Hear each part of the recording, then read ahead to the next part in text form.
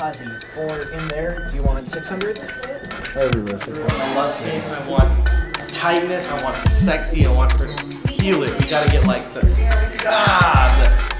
right here, you know that shit. No, the sexy scene is gonna be, yeah, it's gonna be extreme close-up.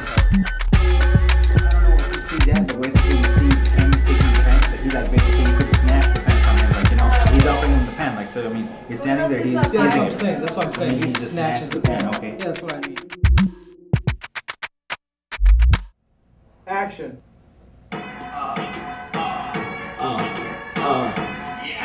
Yeah. Cause they call him Mr. Morris. And I bet you've never heard this shit before, kids. So focus on it. What? The chorus. When I was 9 years old, our neighbors actually had a video camera, and I just would pick it up and I would just think about things that I've seen over the years, and I would just visualize things, go outside, film just random abstract things. I would look through my footage and I would think, you know, what can I do with this? My name is Duncan Maxwell, and I'm currently attending the Illinois Institute of Art, majoring in digital filmmaking and video production. The reason I chose to go into film was because of the movie Lord of the Rings. That movie really catapulted me into this path of wanting to make films for a living. I loved film school. I mean, film school is the most perfect laboratory to be a filmmaker, because you can crash and burn, and the next morning you're on your feet and you're doing better. I try to force my students into failure. I try to find ways in which they cannot recover from, because if they survive it, they come back and they're amazingly, amazingly more certain, more assured, and more talented. When I started school, I'll be honest with you, I had no experience whatsoever how the editing is done, how the lighting is done. Most of the stuff that I've seen, I just thought it was natural lighting. But there's so much that goes into it that you don't learn until you go to film school and get exposed to all of that.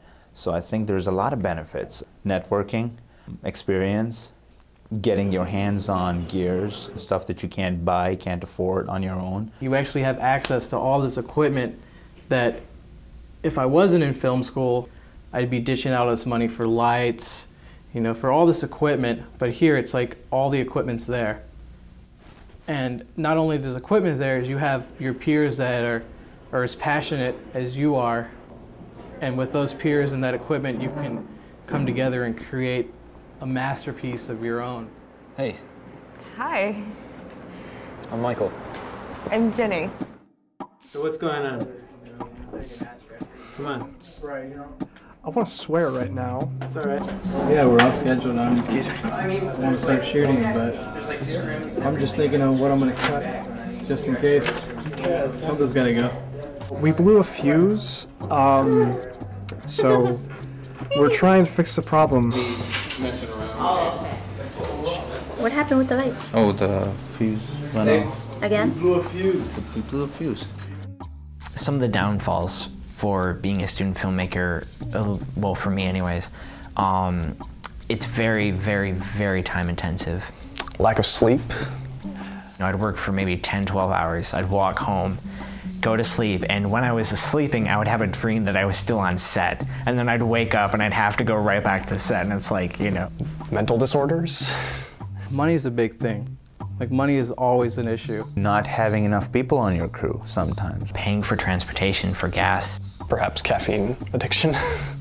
But, you know, feeding your actors, feeding your crew. Without money, what can you do? I mean, you can do things on low budget, you know, but you can only do so much.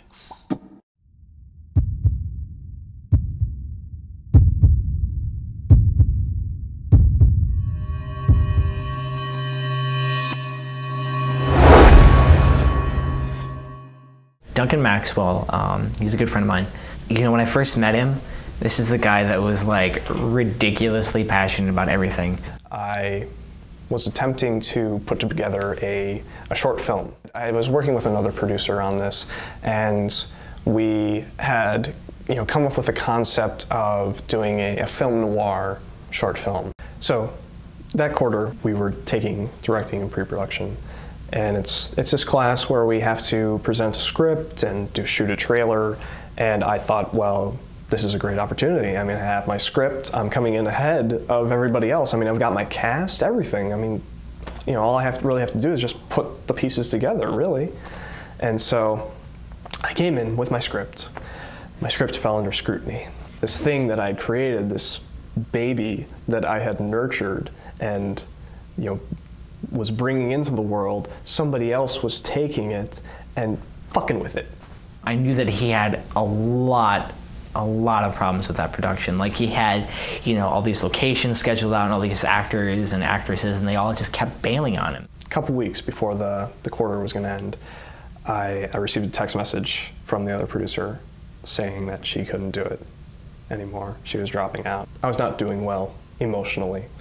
I was very depressed. And meanwhile, I was helping my friends with their shoots, staying up late. At this point, I was a nervous wreck. We all relatively had, you know, gotten things off somehow smoothly. And I think that just kind of like made it even more stressful for him, because I mean, here we are getting all our shit done, and then he's just like, well, why isn't this working for me?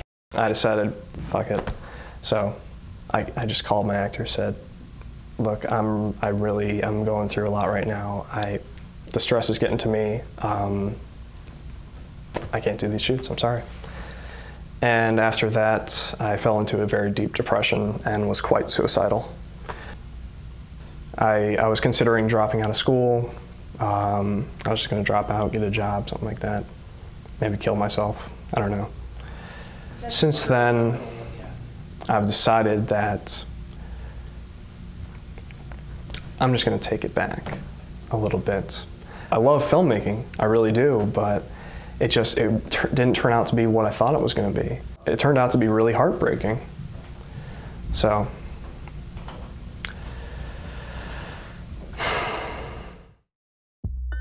What keeps somebody going?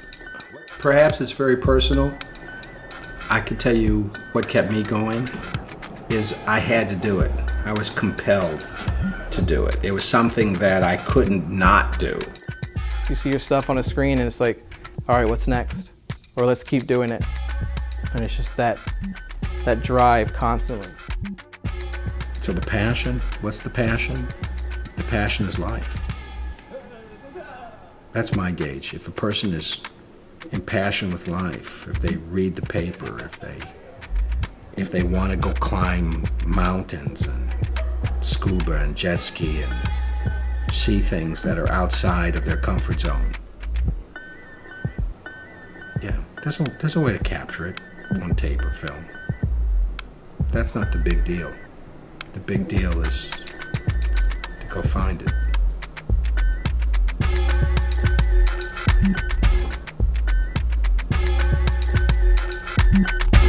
Aren't you glad that Miggy gave us walkie-talkies? The over. Yes, it's proved to be the highlight of the day, I think. This video is so rent, I have to hold my own bounds. That's what I think about this film. Copy that. Copy that, copy that. Copy that. Xerox. Photo print.